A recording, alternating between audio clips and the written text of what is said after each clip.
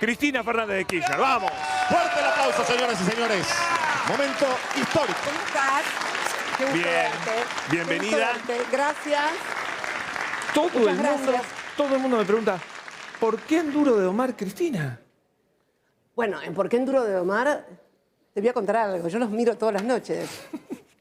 Por lo menos la primera. verdad? Sí, en serio. Cuando llego, agarro tarde al gato porque llego trabajar. tarde, llego de trabajar. Así que a ustedes hasta la primera media hora, hasta las 10:30, los veo. Yo sí me acuesto temprano. Estaba mirando ese video que armaron. Ay, Pablo, qué jóvenes que éramos, por Dios. Ay, por Dios. Vos estás impecable. No, Igual. gracias. Gracias por el piropo, pero el paso del tiempo es para todos y para todas. Tremendo. Bueno, está el país esperando. Un montón de cosas. Vos sabés que es la primera vez que vengo acá Yo sé. a los estudios de Sí, C5N. sí. Y debe ser 6 años que no piso un set de televisión. Es curioso, ¿no? Porque viste que esto de la casta política y todo lo demás, pero yo debo ser la política. Que menos. No, me gana Máximo Kirchner. Es verdad, nunca. Él me gana, nunca. Acá nunca. Nunca, no. Ni acá ni en ningún set de televisión, pero como digo yo. O sea que se puede hacer política sin estar en la televisión todo el día. Y me pareciera que sí, porque hacer política en los sets de televisión es lo más fácil que hay. En tribunales y en los sets de televisión hacer política es lo más fácil que hay. El tema es cuando llegas al gobierno. Hoy, ¿dónde se hace más política? ¿En tribunales? Y en tribunales y en los sets de televisión, que son lo que arma el dispositivo que después finalmente termina en los tribunales. Pero la verdad que es esa, ¿no? No debería ser así.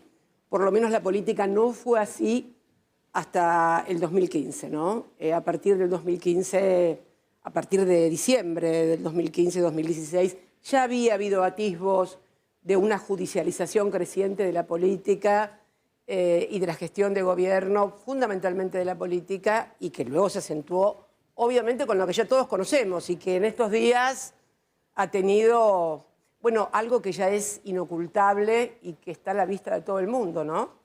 El Poder Judicial, el Partido Judicial. No todo, es injusto decir todo el Poder Judicial, pero sí... Hay buenos jueces.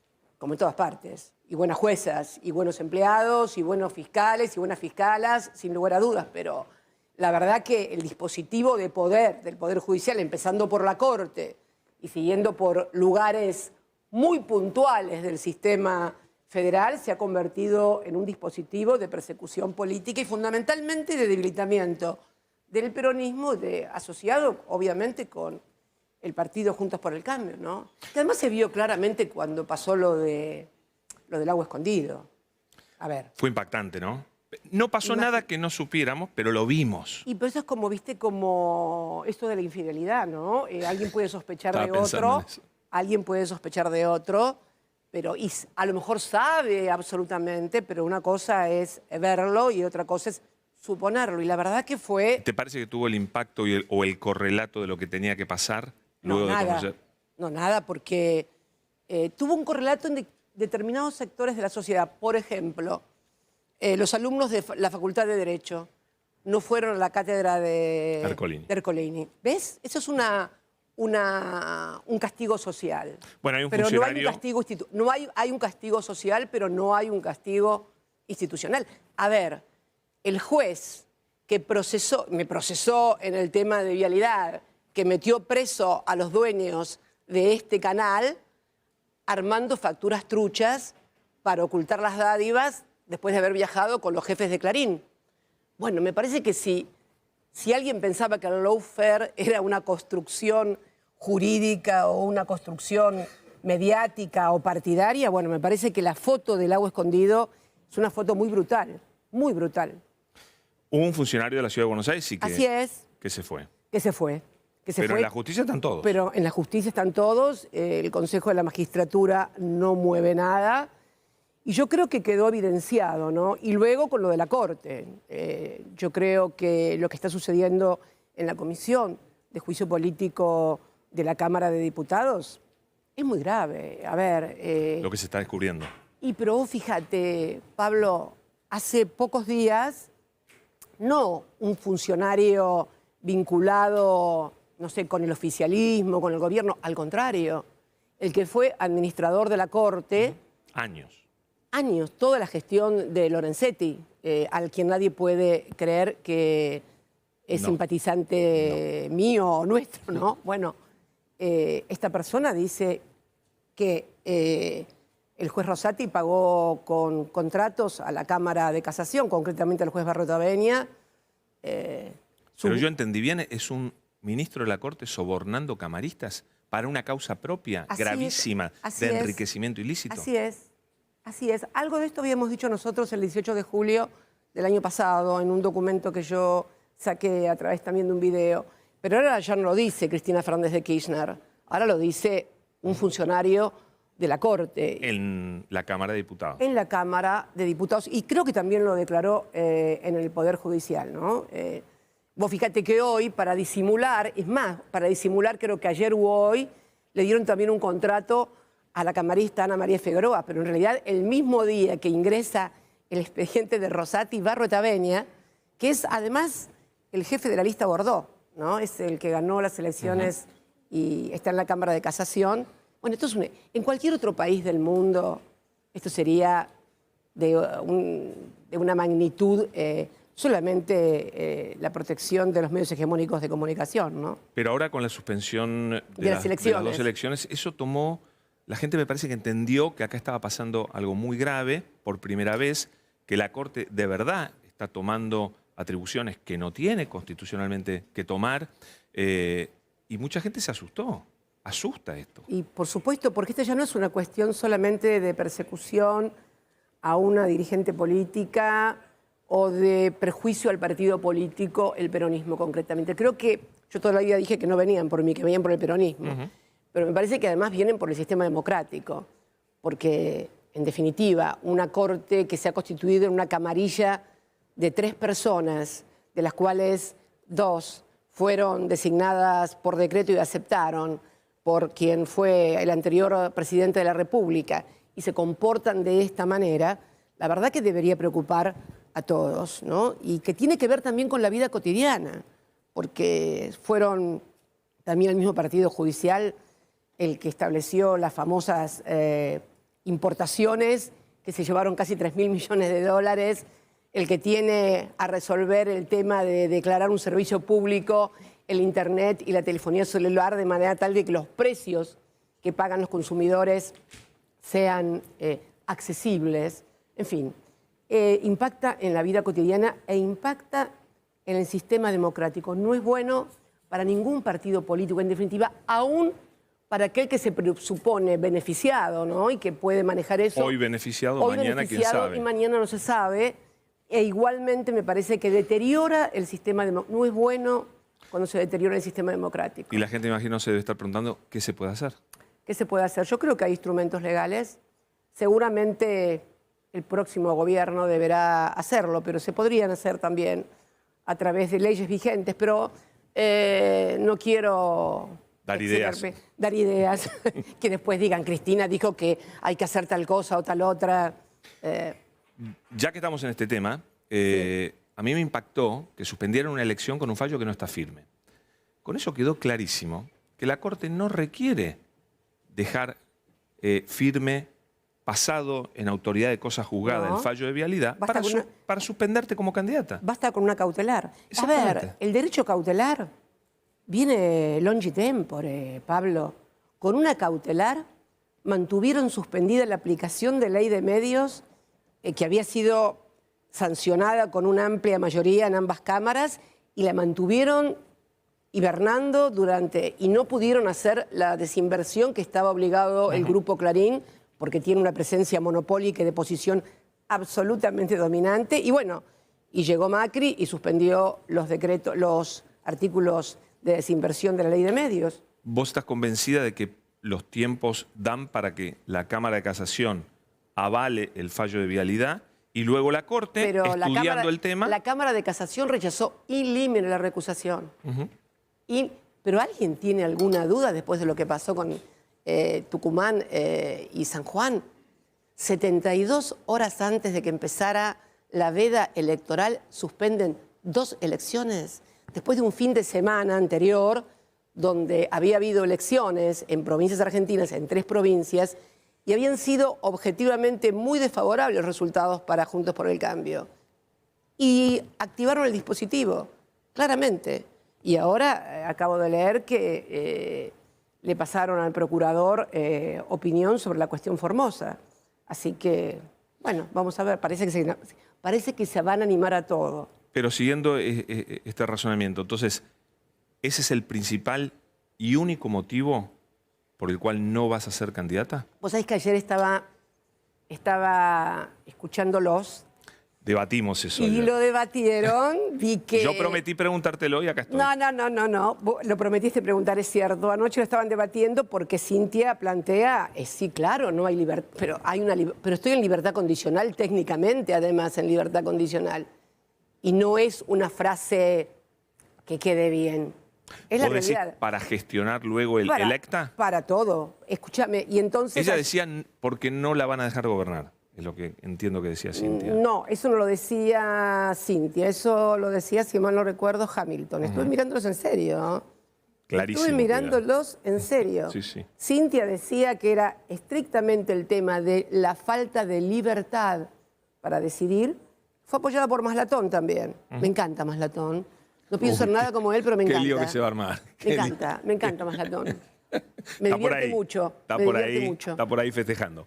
Pero, si te quiere conocer. Y Hamilton decía que no, que era también por las dificultades. Por supuesto que hay dificultades. En lo que yo escribí el otro día, planteo que hoy la principal dificultad que tiene la sociedad argentina es la cuestión del Fondo Monetario Internacional, pero esencialmente las consecuencias. Porque no hay una posición ideológica o dogmática con respecto al Fondo Monetario Internacional, sino las consecuencias del programa que aplica, que impone, toma el timón, porque siempre fue así. No es una cosa que sucede ahora. En la carta decís algo así como que cualquier gobierno que siga el programa del fondo inevitablemente va a sufrir el rechazo de la gente. Absolutamente. ¿Por qué? Porque es un programa financiero. Es un programa que, al ser un programa financiero y al establecer, por ejemplo, que la tasa de interés debe ser positiva por sobre la devaluación, por sobre la inflación, y en una economía de las características de la Argentina, que es una economía bimonetaria, en donde la escasez de dólares y la combinación con la tasa de interés provoca un proceso inflacionario creciente. A ver, se habla mucho de la emisión, ¿no? Como causa de la inflación, la cuestión monetaria. Bueno, cuando ingresaron los 45.000 millones de dólares del Fondo Monetario en la economía luego del acuerdo, no había que emitir, estaba la plata. Emitieron. El problema es que emitieron, y está muy bien cuando emitís contra moneda dura. El problema es cuando la moneda dura se te va, vos te quedás con la emisión y con la inflación. Eso es lo que pasó. ¿Viste que nadie habla de la emisión sobre los dólares del Fondo Monetario? Entonces, si vos no explicás estas cosas, pareciera que la emisión es un señor que está en el Banco Central con una máquina haciendo... No. Cuando vos también tenés una tasa de interés como la que tenés, estás emitiendo, porque estás pagando, y cuando tenés pasivos no remunerados o remunerados en el Banco Central... ¿Y te preocupa la deuda que toma el Banco Central? Y es déficit cuasi fiscal, claro, absolutamente, pero es la tasa de interés, o sea, el acuerdo con el fondo establece tasa de interés positiva. Esto significa... En tu gobierno, entiendo, siempre buscaste tener tasa negativa. Nosotros tuvimos inflación que era producto, no del endeudamiento, porque en realidad... ¿Cuándo se dispara el verdadero proceso inflacionario de vuelta en la Argentina? Con la toma de deuda. Con la toma de deuda vertiginosa que hace el macrismo. Che, qué ruido que están haciendo por ahí. Por favor. Está entrando el staff. Bueno. Entramos después, ¿eh? Lo frenamos acá. Ay, por yo favor. siempre retando. No, está muy bien. No puedo, Esta es tu casa. Hoy no puedo con necesitamos que estés cómoda. Por favor, porque me distraen. Necesitamos que estés cómoda, así que no se muevan, por favor. Ahí. Y creo que el tema de en una economía bimonetaria como la Argentina, el endeudamiento vertiginoso que produjo el macrismo, que además para que entraran tantos dólares a hacer la bicicleta financiera, Sí. había que subir la tasa para que fuera el negocio. Entonces, carry trade. El carry trade, exactamente. Entonces, la combinación de endeudamiento en moneda dura, tasa alta de interés, cuando se van los dólares, obviamente se produce el fenómeno del endeudamiento que provoca el Fondo Monetario, la escasez de dólares y la escasez de dólares. Ahora- unida a la tasa de interés en la Argentina, es igual a proceso inflacionario. Totalmente. No hay misterios para esto. En el caso nuestro, durante los 12 años y medio, nos pasó lo que nos pasa en los gobiernos peronistas, ¿no? La inflación se produce no por endeudamiento, no por tasa de interés, sino por puja distributiva. Pero esa puja distributiva, si vos no tenés endeudamiento, manejás la administración del tipo de cambio, tenés tasa de interés manejable y crecimiento de la economía, Sí. vos fíjate que nosotros llegamos a una inflación del 38 más o menos cuando se produjo la devaluación en el 2014 y pudimos bajarla a 24 Es en el cierto. 2015. Y estoy hablando con números del Instituto de Medición Estadística de la Ciudad de Buenos Aires, para que nadie diga no, porque el INDEC y que Tocaron esto y el que lo INDEC. otro. No. Esta es la realidad. Ahora, ¿cómo salimos de esto que eso vos describiste? es muy bueno. La falta de dólares la sufrió todo gobierno. Si nosotros con no más o tanto- menos lo manejaron diferente, pero... No, perdón. Hasta el 10 de diciembre del 2015, los argentinos podían comprar 2.500 dólares por mes. Me puteaban en colores. Por eso decían que Y era un mucha cepo, gente podía comprarlos. que era, primero, Que eso es importante. primero, se podía comprar 2.500 dólares por mes y mucha gente podía comprarlo, porque teníamos el mejor salario de América Latina y teníamos la mejor jubilación de América Latina. Entonces, hoy, suponte que hoy se pudieran comprar 2.500, ¿cuántos lo podrían comprar? 2.500, pocos. muy pocos.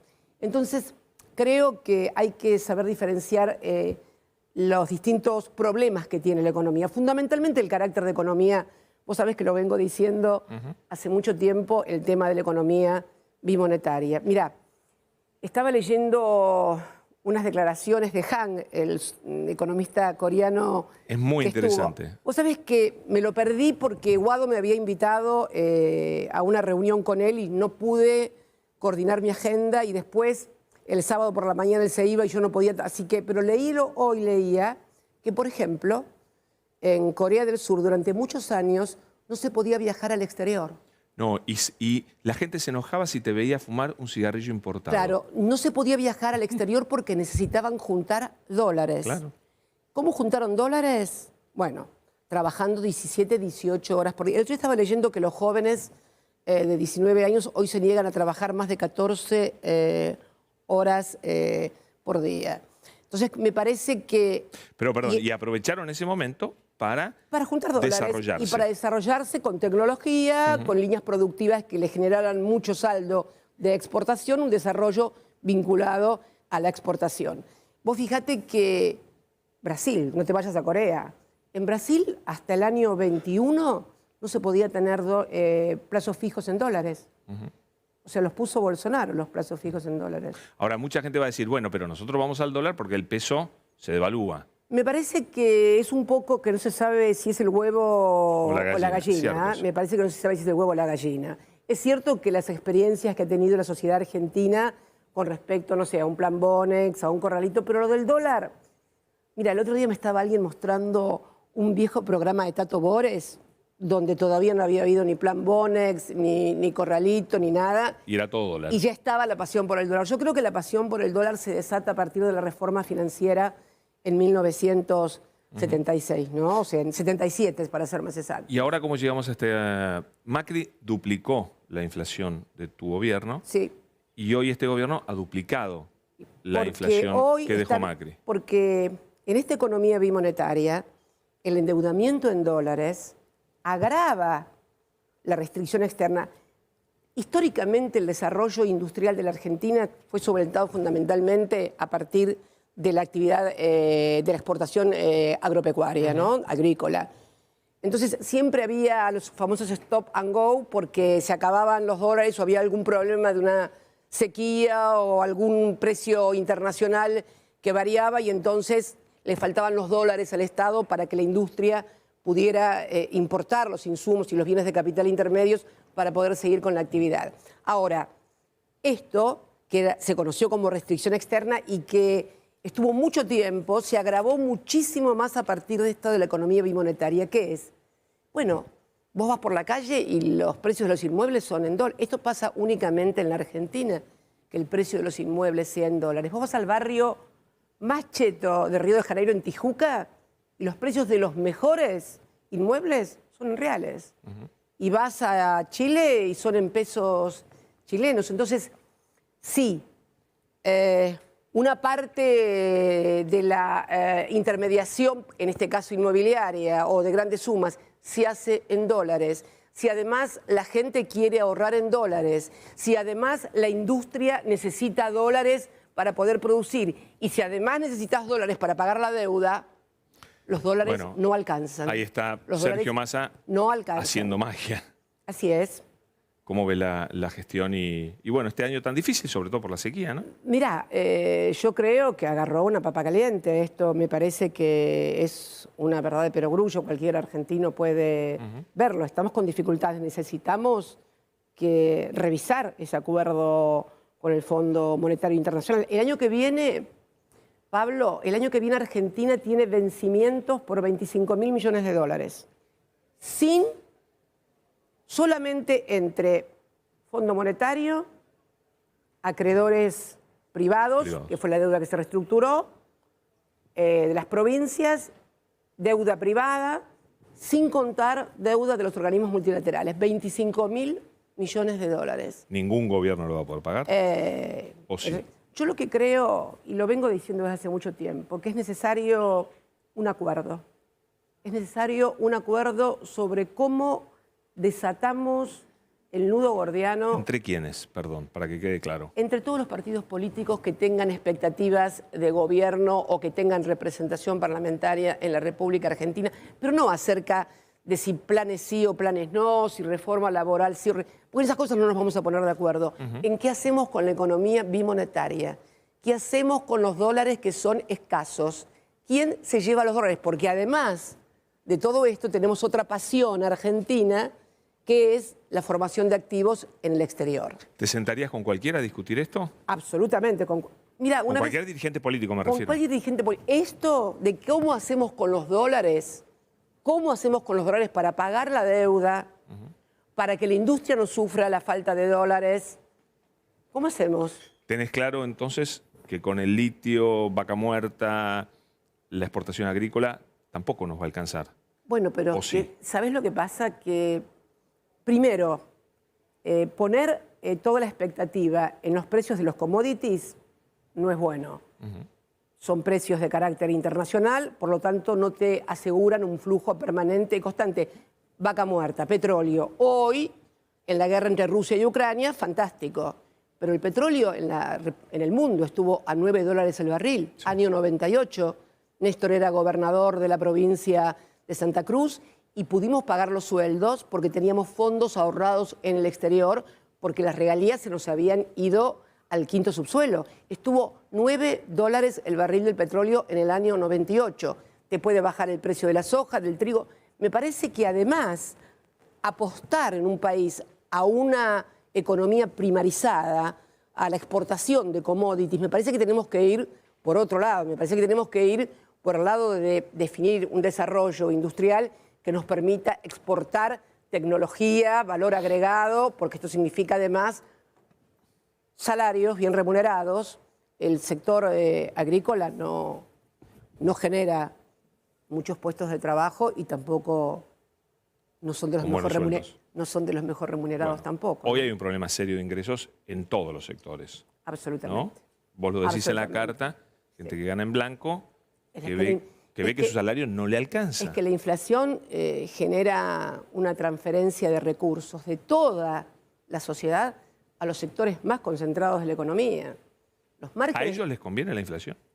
Ellos no pierden. Los márgenes de ganancias que tienen hoy determinadas empresas alimenticias, bebidas, calzado, vestimenta, son niveles muy importantes de márgenes, ¿no? Cristina, en Y además, esto impacta porque también al estar el salario tan bajo, la rentabilidad aumenta, se convierte en una rentabilidad extraordinaria. Y lo peor de todo es que esto finalmente no solamente impacta en la gente porque no tiene buen salario, sino que ese excedente, el sector empresarial, lo utiliza para ir a cambiarlo por dólares. Sí. No digo que esté mal porque a lo mejor si yo fuera empresaria y me dedicara únicamente a la mía y no tuviera una vocación política o social, haría exactamente lo mismo. Se van a desmayar. Pero, Se van a desmayar. No, pero el problema es ese, porque además es tal el excedente que tienen que necesariamente se dan vuelta y entonces te activan sobre los dólares financieros, sobre los dólares del central, haciendo negocios también. Porque vos vas a comprar hoy una cosa importada y te dan el precio y vos haces el cálculo, ese señor lo trajo a precio del Banco Central, pero me lo está cobrando a precio del Blue o a precio de contado con liqui o MEP. En este contexto, en esta situación, a los oficialismos en las provincias le ha ido muy bien. Sí. Y le va muy bien como gobernador a Axel Kicillof también en la provincia de Buenos Aires. Cierto es que han desdoblado. Bueno, ¿por qué ese fenómeno?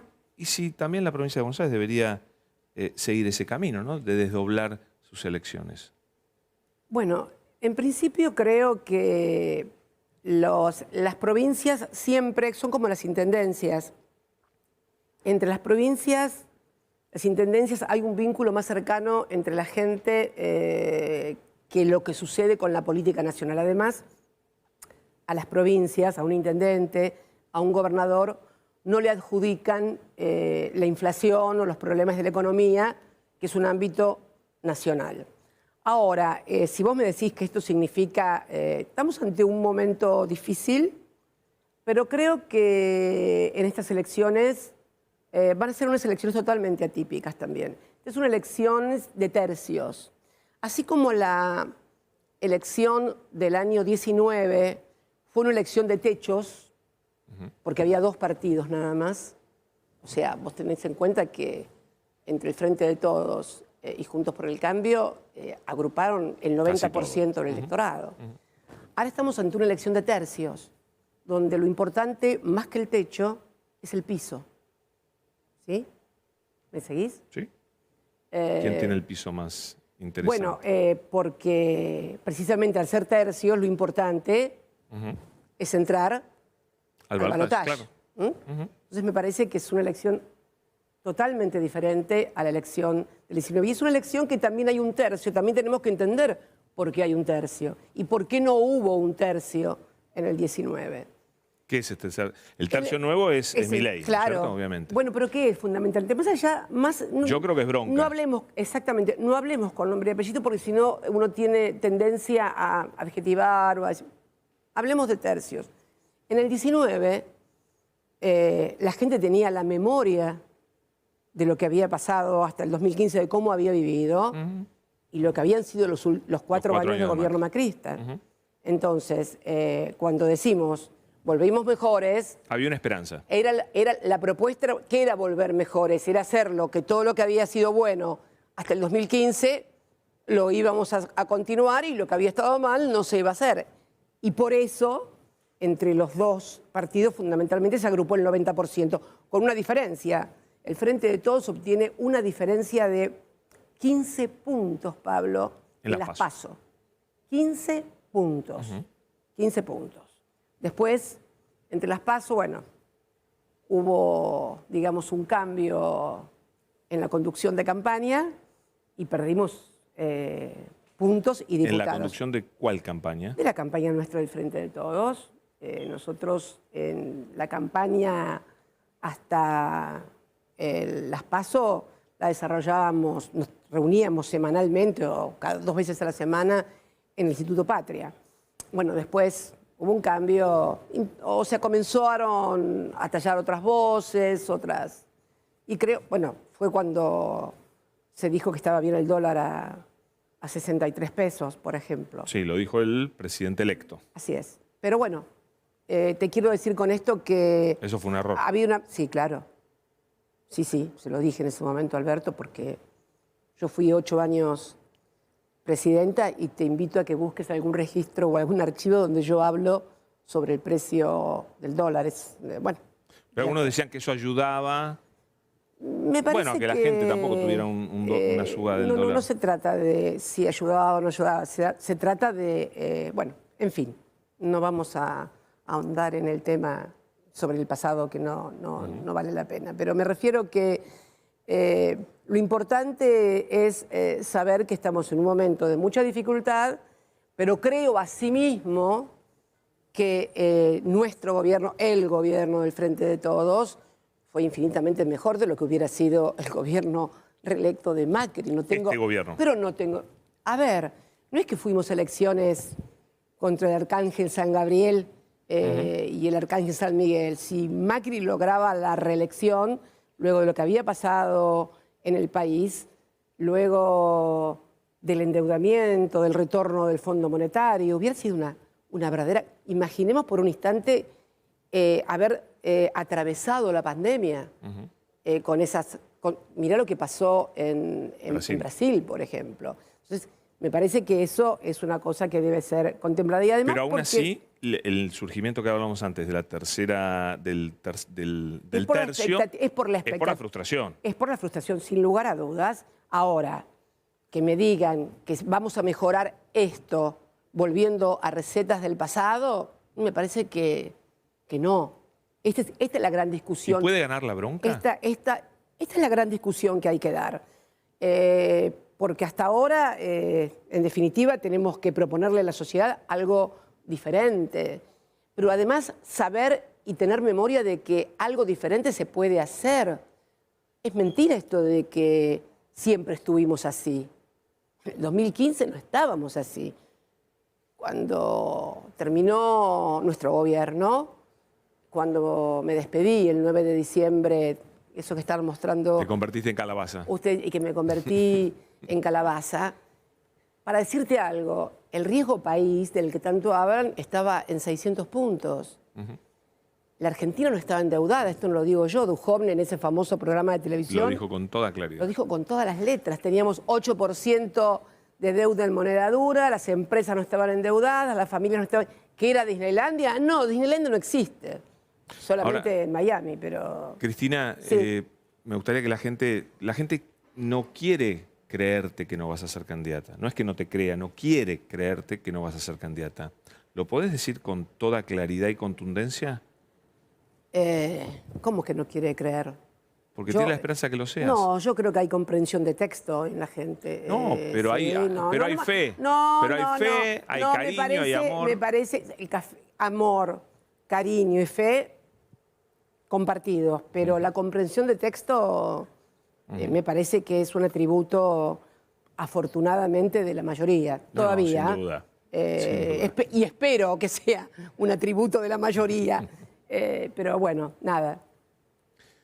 Entonces no vas a ser candidato, que le quede claro a la gente. No vas a ser candidata. Me parece que está muy claro lo que dije y publiqué el otro día. Que además no es más que la ratificación de lo que ya había dicho el 6 de diciembre. Mira, puedo tener muchos defectos, pero soy una persona que cuando habla sabe que la palabra de una persona que ha sido 2 veces presidenta y que lidera una fuerza política debe ser ejercida con total y absoluta responsabilidad. Sí. Yo no me manejo hormonalmente, siempre me he manejado con mis neuronas. Y volviendo al debate... Pese a que las mujeres siempre... Las critican por nos eso. Nos atribuyen, sí, cuando por ahí nos enojamos, histérica, loca y demás. Un tipo te puede hacer cualquier cosa y, bueno, es un vehemente. Hay también lo discutimos en el programa, lo habrás visto. Algunos decían, pero bueno, es cierto que estás proscripta, que la pueden proscribir en un minuto. ¿Por qué no ir en contra de eso? ¿Por qué no pelear eso? ¿Por qué no ir a ponerle un límite, seguramente ocurriría a la Corte en dicha situación? Y dejar el peronismo en una situación de debilidad electoral en pleno proceso electoral, como pasó, por ejemplo, en Tucumán o que pasó en San Juan. No, gracias. Porque, ¿sabés qué? Después que dicen, porque quería ser ella, porque... A ver... No quiere cumplir con el fallo. Porque no quiere cumplir con... Pero no solamente eso. Mira, yo quiero... hablar lo más descarnadamente posible, ¿no? En el año 19, cuando un día como hoy, un 18 de mayo como hoy,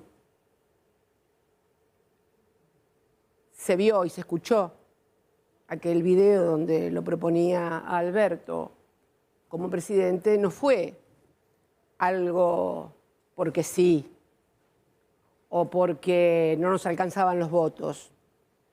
Yo quiero recordar cuál era la situación. Muchos gobernadores, no todos, pero muchos gobernadores decían, se terminó el ciclo de Cristina, no puede ser, acá. La CGT, no se sabía si estaba con Macri o con el peronismo. Durísimo, diría acá el locutor de Duro Sí, No Más. Durísimo. durísimo, pero verísimo. Durísimo, pero verísimo. Durísimo, pero verísimo. Sí. Los movimientos sociales, bueno, habían estado en el 17, estaban también ahí. El Frente Renovador, había una muy buena relación, debo reconocerlo, entre Máximo y Sergio, que hablaban mucho en la Cámara de Diputados, con Guado también. Yo creo que Máximo fue el gran artífice del acercamiento de Sergio a este... ¿Te puedo preguntar por eso? Sí. Hay una condición tuya... Pero de me dejás terminar la termina la idea, después por te lo favor, pregunto, gracias. sí. Entonces, la decisión había que asegurar el triunfo del peronismo. Sí. Había que asegurarlo y la única manera de asegurarlo era reagrupar a todas las fuerzas. Entonces, si había algunos que dudaban porque estaba yo, porque iba a ser yo la candidata, bueno, vamos con esto. Y fue una buena estrategia. Sin duda. Pero no fue una estrategia nunca una decisión, nunca una estrategia se puede tomar fuera del contexto en el cual vos tenés que tomar la decisión. Las decisiones no pueden ser juzgadas 4 años después o 5 años después, sino en el contexto y en el momento en que vos tomaste la decisión. Y en ¿Después de qué depende? ¿Cómo? ¿Después de qué depende? Y Que después salga bien. Bueno, después depende de la gestión, obviamente, pero ya, bueno, esto depende de la gestión, obviamente. Más allá de todas las dificultades que hubo, no quiero ser tampoco injusta, pero creo que en algunos momentos también advertí de algunos problemas. ¿Y no se te escuchó? Mirá, esto del crecimiento, por ejemplo, y esta injusticia, esta regresión que tenemos en la distribución del ingreso. Cuando yo me fui en el 2015, los trabajadores participaban en el 51,3 o 7% del PBI. Porque viste que todo el mundo dice, no, porque el gobierno de Néstor fue mejor que el de ella, que el otro. El gobierno de Néstor fue extraordinario, fue la base, fue el tipo que reestructuró la deuda, el default de deuda externa soberana más importante en la historia, con la mayor quita de capital y de intereses, le pagó al fondo, comenzó con las paritarias, recuperó el salario, pero en realidad la participación de los trabajadores en el salario se da en todo su esplendor en mi segundo gobierno. No es casual que digan siempre el sector empresario que el segundo gobierno mío fue malo. Para ellos. Tampoco, ganaron mucha plata. Claro. Ganaron mucha plata. Pero que te le gusta ganar, pero no repartirla. Sí, pero finalmente eso no es sustentable, no por lo menos en la Argentina, porque este es el otro problema que tenemos. A ver, están prometiendo que les van a sacar los derechos, que van a tener que trabajar 24 horas por día, que no. Ya lo quisieron hacer muchas veces, eliminar derechos en la Argentina. O sea, comer 4 veces por día, Pablo, y comer bien, no es una cuestión ideológica. Tener un buen salario, un buen trabajo, no es una creencia antigua, como digo, ni tampoco tener un lugar digno para vivir, progresar, que tus hijos estudien, que puedan ir a la facultad, que puedan recibirse de algo, que puedan... Eso no es de populistas. Es algo que está en el ADN, afortunadamente, del pueblo argentino. Afortunadamente, digo, y ahí sí me hago cargo de lo que para algunos es un espanto y que es el peronismo. El peronismo que hace que un trabajador no esté así y diga mande, sino que cuando habla con el patrón lo mire de frente. Cosa que no sucede en toda la región. Es Y cierto los que Es conocemos la región latinoamericana no vemos esto. Muchas veces vemos una suerte de sumisión que nos puede parecer, pero tiene que ver también con el ADN de cada pueblo. Entonces me parece a mí que esto es muy importante que se entienda. Porque mira que ha habido tramos de la historia brutales, como fue la dictadura del 76 en adelante, ¿no? Y disciplinaron a la sociedad, pero no le hicieron perder la vocación por una vida mejor. Y me parece que esto es lo que cada dirigente político tiene que pensar a la hora de querer conducir los destinos del país. Una cosa es decir, voy a hacer tal cosa, tal otra, y otra cosa poder llevarla a la práctica y que además esa práctica sea exitosa. Me parece que nos debemos los argentinos una reflexión sobre estas cosas, me parece a mí, ¿no? Te quería preguntar por esta condición de volver, no sé si perdonar la palabra, por ahí no, de volver a hacer política junto a personas que fueron muy duras con vos o que te criticaron mucho. Yo mismo te critiqué mucho. Después me di cuenta de mi error. Eras muy odioso. ¿Eh? Eras muy odioso. Era. Eras muy odioso. Sí. ¿Viste que no soy yo escribí rencorosa? 2 libros explicando por qué cambié. ¿Viste que no no es que soy me volví loco de rencorosa? un día para otro. Es notable porque viste que... No tenés nada de rencor. No, pero viste que Clarín siempre y todas esas cosas me dicen, porque es mala, porque es vengativa. Es mala, lo porque escucho todo el sí, tiempo. es mala, muy mala. Y han instalado eso en un sector de la sociedad, nada despreciable, que yo creo que les molesta un poquito el peronismo y de paso le ponen el chimichurri de, digamos, de mujer, no es una cuestión menor. Totalmente. No, Néstor me lo discutía mucho eso. Me lo discutía mucho, lo de no, que la mujer. Sí, Néstor, es porque. Vos es que poco tiempo antes de irse de partir, me reconoció el tema de la mujer. No te bancan y si les ganás una discusión. Sonaste. Sonaste. ¿Pero eso es por política que sos así o sos así ¿Cómo? normalmente? De aceptar, charlar de vuelta, acercarte con alguien que fue duro con vos. Absolutamente. Toda mi vida he sido... Pero, a ver, es imposible. No olvido por ahí cuando la ofensa es muy personalizada, muy corta, pero no, en general no. Bueno, a ver, si uno hace un archivo de los dirigentes, bueno, si yo tuviera que hacer un archivo de los dirigentes, me quedo con Máximo. ¿De los que hablaron mal de vos? Con Guado, con, no sé, con el Cuervo y con algunos otros, pero ¿y con el resto? No, pero un gobernador de Santa Cruz tenía una frase que yo siempre la recuerdo, ex gobernador, que no era Néstor. Decía que en política los agravios prescriben a los 6 meses. Qué bueno eso. Sí, decía eso. Bueno. Los agravios prescriben a los 6 meses en Cristina, política. y el 1 de septiembre, cambiamos un poquito el tema, del año pasado, ¿te cambió la vida? Y un poco sí, un poco no, un poco mucho. Es fuerte eso. Y vos sabés que, por suerte, Pablo, yo no vi cuando... Lo vi después hasta el infinito en los canales de televisión, la imagen esa famosa, ¿no? Pero no lo vi. Sí, claro. Me impactó, me cambió medidas de seguridad que antes nunca tomaba. Pero fundamentalmente también lo que más me impactó que yo creí que esa época había sido superada. Yo viví, como todos los argentinos de mi edad y un poco mayores, una etapa donde en la Argentina el enemigo era suprimido. El otro día recibí a un sobreviviente de los fusilamientos de los basurales de José León Suárez. Esto viene del fondo de la historia, creo que arrancó con Dorrego, me parece. Pero en la historia del peronismo, las bombas que pusieron en el 53, los bombardeos en la plaza, los fusilamientos del 56, y todo lo que vino después,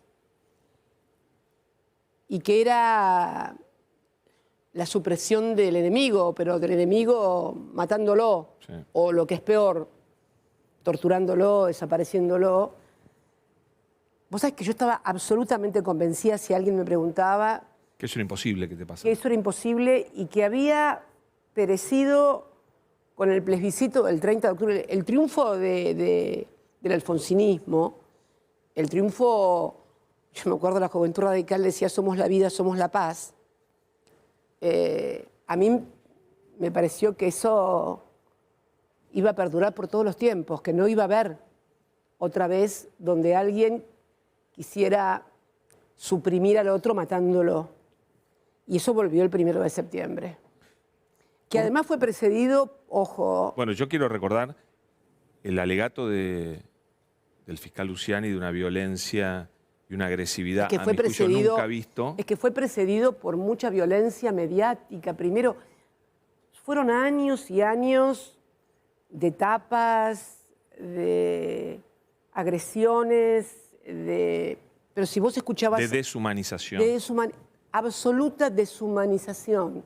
Vos lo escuchabas a Vos uno... no tenés corazón para mucha a uno, gente. claro, Eso es una locura. claro, ¿Creen que no tenés corazón de verdad? claro. Y yo lo escuchaba la otra vez a un miembro de esta Revolución Federal en un programa de televisión donde lo llevaron además. Sí. Donde lo llevaron. Y donde se explayaba. Y él les decía, bueno, ¿yo por qué tengo bronca? Por lo que escucho de todos ustedes, lo que ustedes repiten, lo que ustedes... Sí. Que yo creo que ahí deberían haber tenido ganas de sacarlo del aire, pero ya no podían, ¿no? Pero esto fue precedido por años y años de violencia mediática simbólica. Ahora sería Verbal, imposible... simbólica de todo, de y- todo. No, y fundamentalmente contra mi condición de mujer, porque no era que la crítica era a una política. Desde etapas fingiendo orgasmos o con... que afectaban directamente mi condición de mujer, no de política ni mis políticas, de mujer, sin que se levantara ninguna voz feminista. Por suerte ahora eso sería imposible Cambió. porque... Cuando leíste bueno. la bala que no salió y el fallo que va a salir, ¿qué sentiste? También la impunidad, ¿no? De poder decir una cosa así que no pase nada. Lo de Mañeto, que es en definitiva los Mañeto, los Aguiar, los Rendo de la vida. Rendo lo vimos con el sobrino de viaje con Casey, de viaje en Lago Escondido. Es un poco la postal de la Argentina, ¿no? Es una postal que le ha hecho mucho daño a la Argentina y le va a seguir haciendo daño. Me parece que si nosotros no limitamos ese ejercicio de impunidad obscena, pero no por la crítica política todas, todo el tiempo, pero no fomentar el odio y la supresión del otro, ¿no? Y el ataque sobre tu hija, que tuvo un episodio, un capítulo lamentable hace poco tiempo, suponiendo o diagnosticando una enfermedad y culpándote de ella. ¿Cómo lo viviste? Mira, vos me preguntás en qué me impactó, en qué me influyó el intento de asesinato, porque eso me lo preguntaste. En lo que más me influyó tal vez sea en el temor, a ver, Máximo es grande, es un hombre, no depende de mí, pero mi hija, Florencia, sí depende de mí. Y ella me ha dicho, no pienses en mí, vos hacé lo que tengas que hacer, al contrario.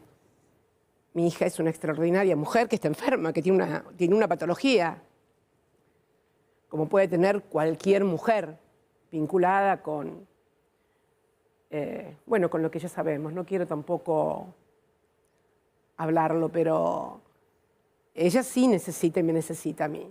Y yo siento que mi nieta, Elena, su hija, que tiene un padre maravilloso, porque la verdad que Camilo es un padre extraordinario, presente total, pero yo siento que mi hija sí me necesita y que si a mí me pasara algo, ella sufriría mucho, mucho, mucho. Pero no sufriría solamente, sino que podría agravarse su patología, su enfermedad. Obviamente, el intento de asesinato en ese sentido sí me ha impactado mucho porque, bueno, nadie tiene comprada la vida, Pablo tampoco, ¿no? Nadie. Pero, en definitiva, pensar qué sería si yo no estoy de Florencia, sí es una cosa que me afecta humanamente, sí, claro. Viste que hay una tendencia a la deshumanización. Pero ojo que Es que para odiar necesitas deshumanizar, ¿no? Sí, pero vos sabés que también por ahí, aún en los que te quieren mucho, te aman, inconscientemente también por ahí hay una deshumanización en el sentido de que te creen, Cristina se banca todo. se banca todo, es invencible, es fantástica, es... ¿Y no?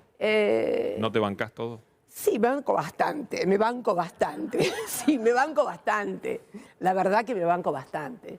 Pero de cualquier manera, los procesos de deshumanización son fuertes e impactan. De cualquier manera, no me quejo. Lo único que me preocupa es esto que te decía recién, porque en definitiva a otros, por seguir lo que piensan, por creer en sus convicciones, les fue infinitamente peor.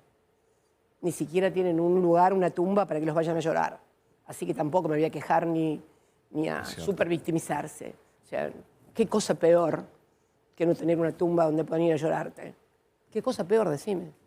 Para el que está muerto y el que no está. No hay nada peor. Y para los que no quedaron, nada peor que eso. Y sin embargo hay miles, miles. Yo cuando empiezan a discutir si son estos, cuando empiezan a discutir los números me parece... Cuando quieren justificar lo injustificable a partir de la discusión de un número, me parece, pero ¿qué les pasó? ¿Qué les pasó en la vida para ser así? ¿Qué les pasó? ¿Qué les pasó? Es una cosa a veces que no puedo sacarme la cabeza muchas veces. ¿Tenías esperanza en la investigación sobre los hechos del 1 de septiembre? Al principio sí, pero la verdad que... ¿Se te pasó rápido? No, se me pasó. Se me pasó. Además, fue un ejercicio de voluntarismo. Si estoy hablando del partido judicial, si estoy hablando de la complicidad, si estamos viendo la complicidad del principal partido de la oposición con el manejo del aparato judicial, del partido judicial, si además, vos mirate lo que pasó, el fiscal pide el secuestro del teléfono de Milman y la jueza se lo niega. Y Milman se presenta en la causa, ¿con quién? Con el abogado de los gendarmes en el caso Santiago Maldonado. Fíjate vos, yo digo, ¿qué cosa la Argentina? No, mira, Pablo, vos me vas a entender. En el caso de Nisman, que vos escribiste sobre Nisman. Sí. Nisman, y creo que hay algo que ya nadie discute, el departamento, y que está aprobado el departamento, como vos bien lo... Estaba impecable. Y estaba cerrado por dentro. Fue la madre la que con un cerrajero entró. Tampoco está en discusión cuál fue el arma y de quién era el arma que le provocó la muerte, ¿no? No hay ninguna duda. El arma era de su colaborador. De Diego Lagomarsino.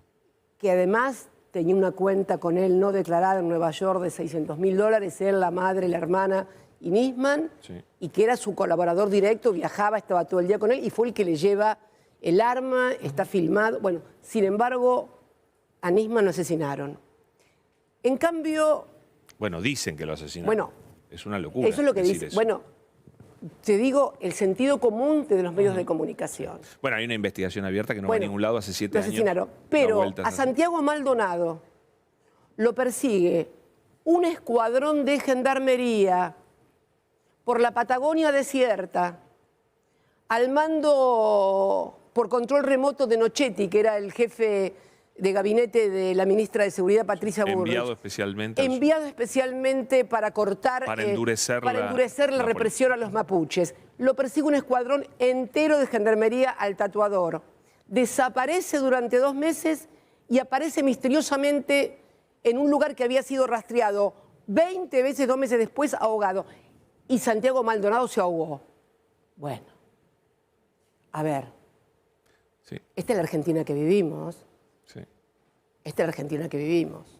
Reflexionemos un poquito, ¿no? Cuando te dedicaste a la política, ¿pensaste en algún Muy momento? jovencita. ¿Cómo? Hoy estaba mirándolas cuando era tan Sí. joven, ¿no? Es imposible haber sido tan joven, digo yo. Dios mío, qué joven que éramos. ¿Pensabas que te iba a pasar todo esto? Yo me No. acuerdo que yo lo entrevisté a Néstor para un programa de Daniel Haddad en otro canal. ¿Cuándo? Antes de que fueran presidentes ambos. ¿Cuándo? ¿En qué año? Uf.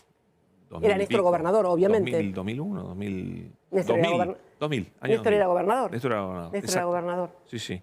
Te pasamos a buscar a vos A por mí. el Senado y después No me se sumó acuerdo, él. che. Y fuimos al departamento, el mismo departamento. Sí, ve, ahí tenés, el mismo departamento. El mismo departamento del que salí para Olivos y que volví, en Recoleta. Yo no fui a vivir en Recoleta después de Olivos, como algunas otras vecinas que tengo en el barrio, que tuvieron la suerte de encontrar un amigo que tenía un departamento y que además le dio los dólares para comprarlo. Sin embargo, la chorra soy yo. Y ella es, en fin, es un poco esto que te contaba Sí. recién, ¿no? O sea, o una hermana que haya blanqueado 35 millones de dólares. ¿Ah, no? No, tampoco apareció en los Panama Papers. Al contrario, todas las causas que me han armado son sobre bienes que están en mi declaración jurada. Absolutamente. A mí no me encontraron ni fondos blanqueados, ni Panama Papers, nada, nada. Todo lo que tengo y que tenía y que hoy es de mis hijos estaban en las declaraciones juradas de toda la vida. Te Pero dejo bueno, una pregunta picando. Sí. ¿Qué te queda por hacer? Pero antes te digo, somos el canal más visto en toda la República Argentina en este momento. yo quiero royalties. Bueno. Yo quiero royalties. ¿Sabes Yo con quién quiero tenés que hablar? royalties. No sería conmigo. Quiero royalties. No sería conmigo. ¿Qué te queda por hacer? ¿Qué me queda por hacer? ¿Cómo qué? No entiendo la pregunta. ¿Qué me queda por hacer? ¿Qué? ¿Como ¿En Cristina? política? En política militar, toda la vida. He militado toda mi vida. Soy una militante desde muy joven. Soy parte de la generación diezmada. Esa que habló Néstor. Ahora va a ser, la semana que viene, 20 años. ¿Qué espero? Bueno, que los hijos de esa generación diezmada sean los que tomen la posta. ¿Qué papel vas a cumplir en este año? El de siempre. En el calendario electoral, digamos. El ¿no? de En la siempre, campaña. una militante política que hace todo lo que tiene que hacer para que lo que considero es lo mejor que le puede pasar a los argentinos, les pase. ¿Qué va a pasar el 25 de mayo? Los 20 años de que un hombre con apenas 22% de los votos cambió la Argentina. Ahí te van a pedir. ¿Qué cosa? ¿Te emociona el Sí, momento? sí. Sí, porque me remueve mucho. ¿Te acordás del camarazo en la frente? ¿Cómo no me voy a acordar? En el mausoleo está, una de las fotos que está colgada es de él con el tajo acá. Sí. Hablemos de otra cosa, dale. Dale, hablemos de otra cosa. ¿Qué le vas a decir a la gente cuando grite Cristina ¿Y vos te presidente? crees que el te lo voy a 25? decir ahora? No, vas a tener que ir a la plaza. Bueno, ahí Luga. estaremos. Vas a tener que ir a la plaza. La tomo. Voy a ir. Vamos a ir todos, vamos a estar, por supuesto. Los espero a todos y todas. ¿Y va a ser una campaña difícil? Todas las campañas son difíciles. No hay. En la Argentina, Pablo, nada es fácil. ¿De qué depende ganar la elección? De que volvamos a enamorar a la sociedad, de que volvamos a convencerla de que hubo un tiempo en que los argentinos y las argentinas vivieron mejor. Es mentira esto de que todo fue una porquería. No. Hubo un tiempo en que los argentinos tenían un buen salario, en que les alcanzaba para ahorrar, a cada uno en su medida. ¿Ah? Como contaba el Pitu el otro día, que contaba, bueno, primero esto. El Pitu aparece en una crisis que tuvimos en el indoamericano. Claro, sí, por supuesto. Ahí está Pitu, míralo. Hola Pitu. Me acuerdo muy bien porque ahí fue donde decidí la creación del Ministerio de Seguridad y la puse a Nilda Garré de ministra de Seguridad. Yo me acuerdo que ahí Alicia y Bernie tuvieron un papel preponderante en el tema del indoamericano porque hicieron un trabajo social impresionante y pudimos sobrellevar la situación del indoamericano sin que tuviéramos que lamentar nada después de lo que había pasado. Y eso fue debido a la pericia precisamente de Alicia Kirchner, que era ministra de Desarrollo Social, de Sergio, que era su colaborador, y que se fue a instalar, vos te acordás, ¿no? En el indoamericano, una carpita en medio del agua, estuvo ahí, creo que, no sé, como 2 semanas metido. 10 días hasta que se pudo solucionar. Esto pasó en la Argentina y lo pudimos solucionar. Y vos fíjate que llegamos en el año 2003 con 2.100.000 planes jefes y jefas. Cuando nosotros llegamos al gobierno, estaban en el ámbito del Ministerio de Trabajo. Me recuerdo porque Tomada le pasó los planes a Alicia en el Ministerio de Desarrollo Social. Eran 2.100.000 planes jefes y jefas de hogar que estaban bien dados porque había sido la crisis del 2001. Sí, no había habían sido creados durante el gobierno de Duhalde. Y cuando yo me fui, había 230.000. Y ya no eran más planes jefes y jefas, eran un plan Ellas Hacen, que era para mujeres, fundamentalmente para el tema de violencia doméstica, y Argentina Trabaja, que eran cooperativas donde se laburaba muchísimo. O sea, que se puede hacer, porque lo hicimos, porque volvimos a instalar las convenciones colectivas de trabajo, porque pudimos recuperar las AFJP, y de esa manera que hoy haya inclusión. Cuando Néstor llegó, el problema es el ocultamiento deliberado de los medios de comunicación. Cuando Néstor llegó, la mayoría de los argentinos no tenía cobertura previsional y los jubilados cobraban 200 mangos. 200 mangos. Pero ¿cómo se entiende? Uno de los tercios hoy, que recordaste lo de las AFJP, está proponiendo la vuelta al sistema privado. Eso no.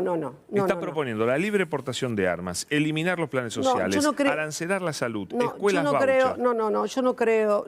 Yo en eso no. Esa discriminación, esa desagregación, ¿vos crees que la gente realmente sabe todo eso? La gente siente que putean contra la casta política, que además le hablan de dolarización. Algunos pueden llegar a pensar que si tiene 100.000 pesos le van a dar $100.000.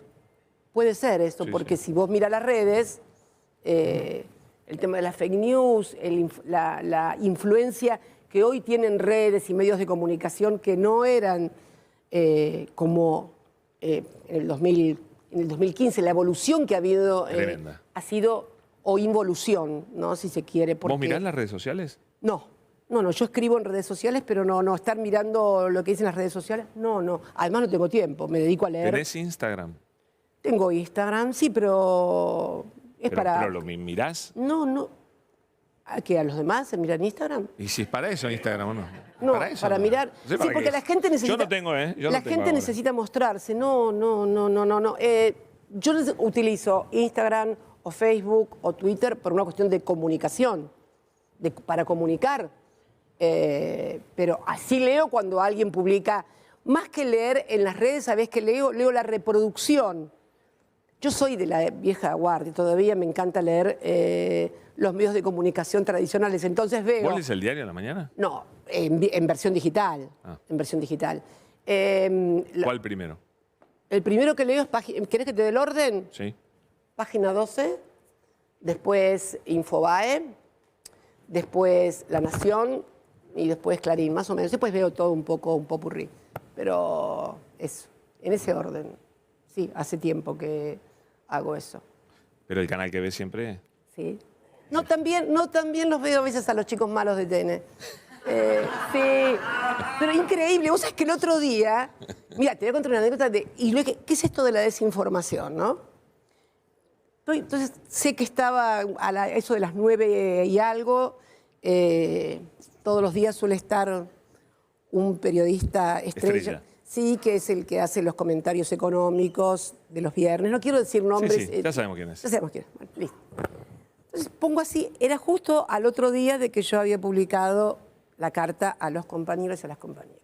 Entonces lo pongo a leer y entonces empieza a decir, no, sí, porque Cristina, culpa al Fondo Monetario Internacional de lo que pasa, qué sé yo.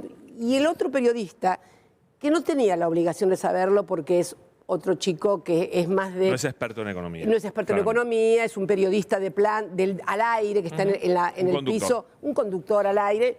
Dice, sí, para colmo, pues todavía no le pagaron nada al Fondo Monetario. Y el otro, yo pienso, ahora lo corrige. No le dice nada. Ah, ¿le pagamos al fondo? Casi 5 lucas, casi 5.000 millones de dólares, 4.700 y pico de millones de dólares llevamos pagado. Y el otro dice, entonces la señora que está en la casa dice, ¿te das cuenta? No le pagaron nada al Fondo Monetario y todavía dicen que le faltan dólares.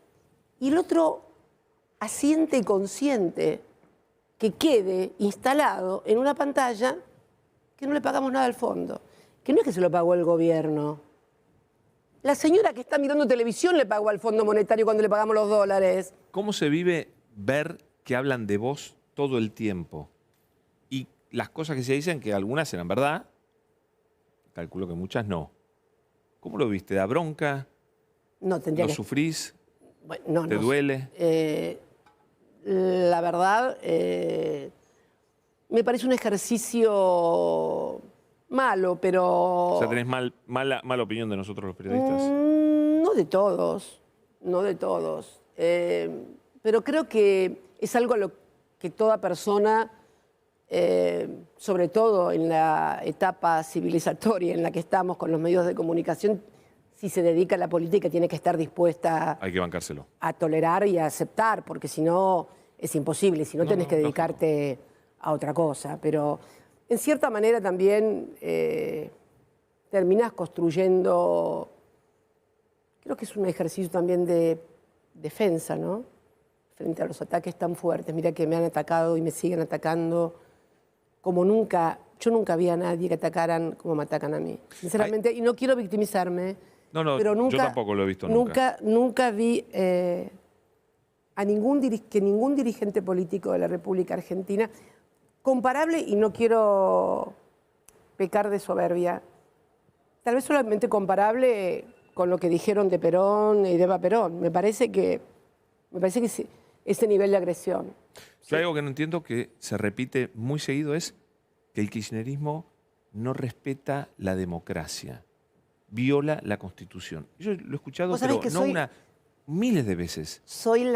Creo que debo haber sido la presidenta que menos decretos de necesidad de urgencia firmó en los 8 años que estuve, y además mandé todo al Congreso, todo. No hay de las leyes que me objetaron, democratización de la justicia, al Congreso amplia mayoría, inconstitucional. Ley de medios, absolutamente todo fue al Congreso, absolutamente todo. Cristina, tenemos un montón de gente en la puerta que por lo menos quiere que la mires desde acá. Si sos tan amable, ahí te lo vamos a mostrar. ¿Por ahí? Está Lautaro, sí, ahí lo vas a ver. A ver. Ahora vamos a ver a pleno la gente que está aquí afuera en la puerta de ese 5N. Ahí vamos, ahí están. ¿Qué cámara tengo que mirar? Ahí te va a mostrar con la cámara 2, la que tenés enfrente. No, la que tenés enfrente, ahí te va a mirar mientras vos los mirás. ¿Y por qué no prende la luz? Porque... Ahora, porque no estás en cámara. Ahora te vamos a poner en dupla. Bueno, dale, prende la luz. La gente se acercó hasta la puerta. Lautaro te está escuchando, Cristina. Dale, Ahí Lauti, está hablando la gente, está hablando la gente, Pablo. Cristina Presidenta. Está complicado lo de la compresión de texto, Pablo. Está complicado lo de la comprensión de texto. Es una letanía. Pero bueno. Ahí, saludo ahora, dale. Habla con alguien, Lauti, habla con alguien rápidamente, dale. Así Cristina los escucha. Está por dos, Cristina uno, dos, escuchando. ¿te ¿Qué parece? mensaje tienen para Cristina? Cristina Presidenta. ¿Están escuchando la nota?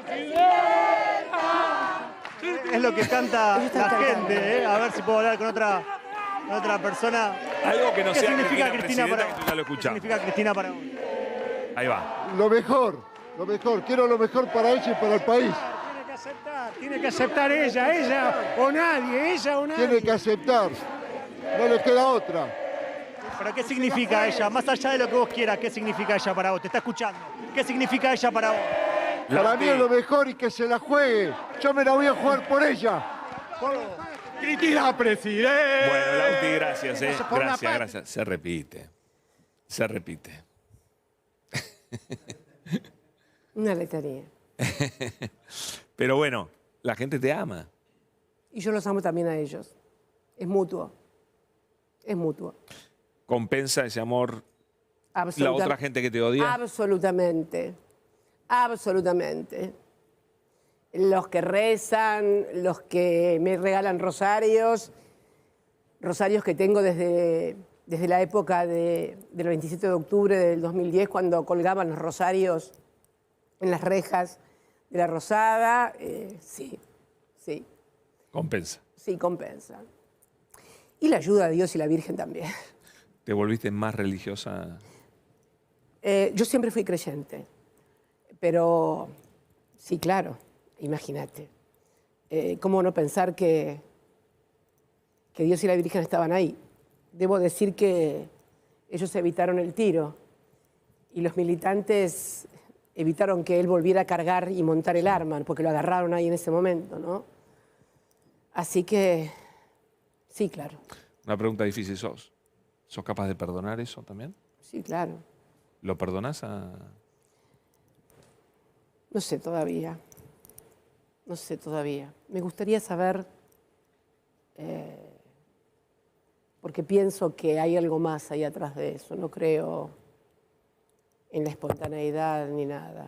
Creo en la premeditación, cómo se comprobó en estos grupos que no eran espontáneos, que eran financiados. Todas las semanas iban a la puerta de mi casa un grupo de gente que bajaban por ahí de una traffic a gritar, a insultar, iban con un parlante, ponían marchas militares, o iban al Consejo de la Magistratura, o cada vez que había una sesión en el Senado. Y después del 1 de septiembre desaparecieron todos. ¿Cómo no querés que crea que fueron planificados, premeditados? Cuando Financiados. financiados, cuando además aparece un diputado de la oposición, que había sido el jefe de campaña de la ministra de Seguridad, comprometido, y nos quiere hacer creer que es una suerte de Nostradamus modernos que adivinó lo que iba a pasar. Que lo hizo por escrito primero. Por escrito Por escrito. primero, por escrito primero, sí. Pero bueno, ¿Te sentiste cómoda? muy, Bueno. gracias. Espero que vuelvas. Bueno, veremos. Algún día. Veremos, veremos. Te has Bueno. portado muy bien, gracias. Bueno, muchas gracias, Cristina. Un aplauso para Cristina. Muchas gracias. Muchas gracias. Gracias. Un placer,